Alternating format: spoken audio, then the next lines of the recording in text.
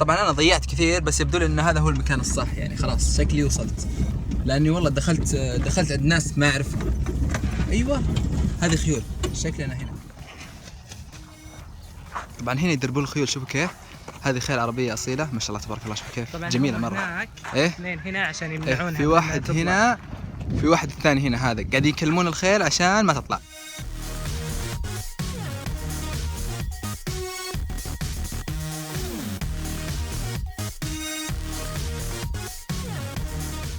نشوف هذا شو اسمه الخيل، وهذا ولده الصغير. ممكن نشوف الولد لو سمحت؟ شوف حليله ولده الصغير مره يا اخي كيوت، بس هم خشه في وجهنا. ايوه امزح والله اني خرجت. هذا وش تسميه هذا؟ وش الخبره اللي عندك فيه؟ لا كويس. تحس انه كويس؟ كويس بس انت ولا يرضي يدك. ماشي أبد. هذا مؤدب ولا غير مؤدب؟ هذا مؤدب ولا لا؟ هذا ما أدري لأن شفته يرقص. ايه اذا رفس تحس انه غير مؤدب صح؟ أيوة لأنه شفت كيف ومشاغب بعد. اي ما يبغى يلبس. يرقص. اي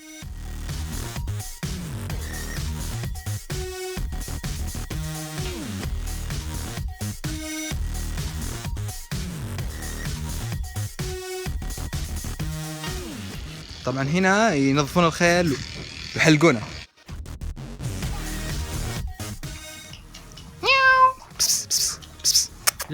لا تخرب علي. الله شوف ايش حالاته. تعال يا صغيري، تعال لا ترفسني بس. معنى الفارس اريد بتشرح لنا الفكره حقت الخيل هذه. العلاج بالخيل هو أسلوب علاج حديث مطبق في ألمانيا وأوروبا وأمريكا، لكن في الوطن العربي غير مطبق بالشكل الصحيح. طب انت اول وحده جربتيه؟ جربتها مراكز لكن ما كانت بذيك الفعالية، فأنا جربت بطريقة مختلفة وحطيت إضافة فيه، لأنه الأخصائيين العلاج الطبيعي دائما يكون عندهم خوف أو ما يكون تعاملهم مع الخيل جدا قوي، فلما أكون أنا هذا صديقي ياسر، احنا جينا هنا عشان نساعدهم ونلعب معهم صح؟ يلا ياسر ساعد ياسر، نحب نركض احنا خلاص.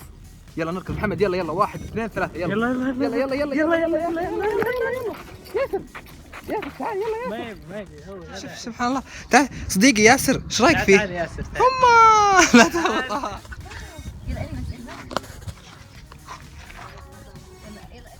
ها ايش رايك ياسر؟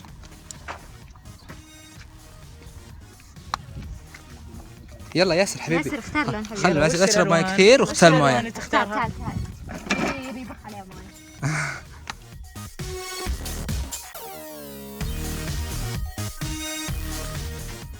تبي اطلعك فوق اخلط اللون الاحمر، اخلطه. يلا هاي وين الاحمر؟ هذا ايش؟ هذا اصفر. لا تعال ياسر، تعال هنا ارجع الاحمر هذا. شوف وين الاحمر؟ ايوه يا سلام. تعال الله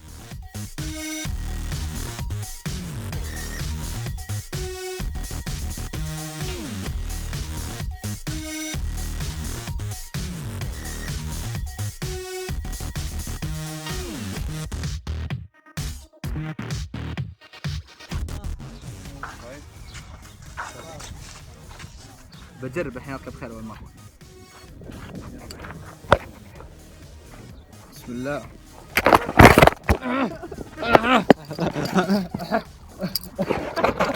وش اللي صار بالضبط؟ دقيقة وش اللي صار بالضبط يعني؟ والله اني عارف خلاص. اوف والله ما حد شاف، عشان ما طمع والله عشان ما طمع. بغيت اعطيها واحدة كذا قدام، عرفت اللي اخس. اصلا عادي اصلا انا خيال. محمد لا تضحك لو سمحت. والله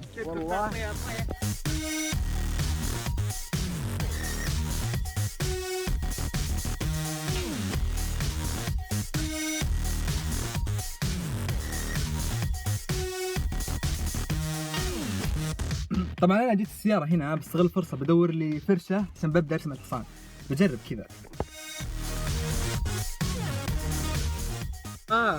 يلا نمسكهم يا اخي ما شاء الله مرة حلو. كيف نطلع يسار ياسر؟ كذا الجهة هذه عشان بلون عليه. يلا ايوه كذا. بس كذا.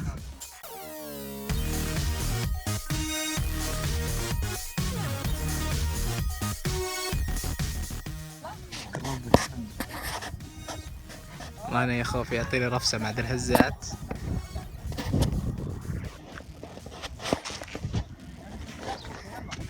يعني هذه قال لي عيننا الحين. إيه. طيب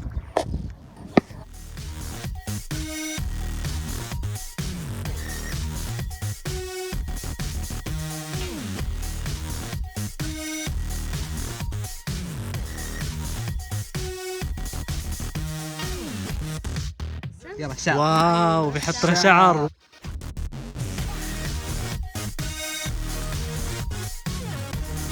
واو ما شاء الله. شوف شوف شوف شعرها حلو زي عزوزي، شعرها حلو ها. شعر. الله. حط لون هناك. يلا حط لون هناك.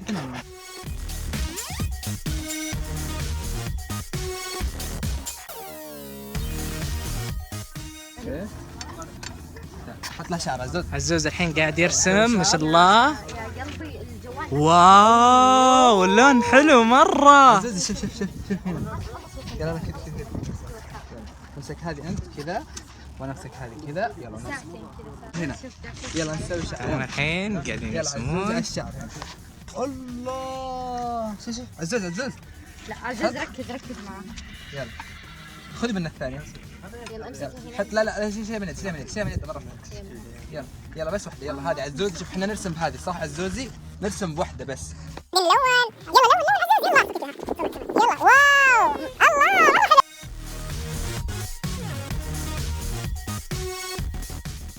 فهمت؟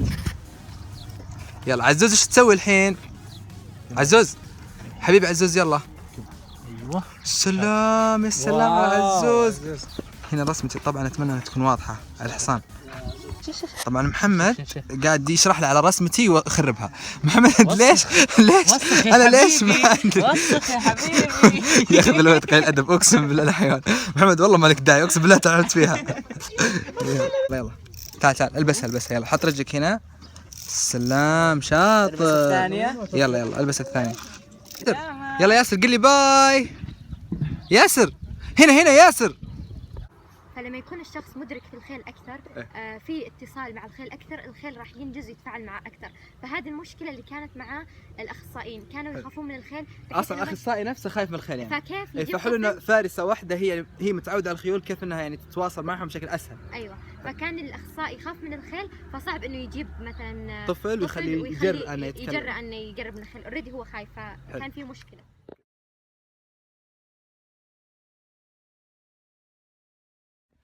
كالعاده اخر اليوم محمد نظامه يروح يلعب كوره. ليش ما ادري. تعال خلاص خلصنا.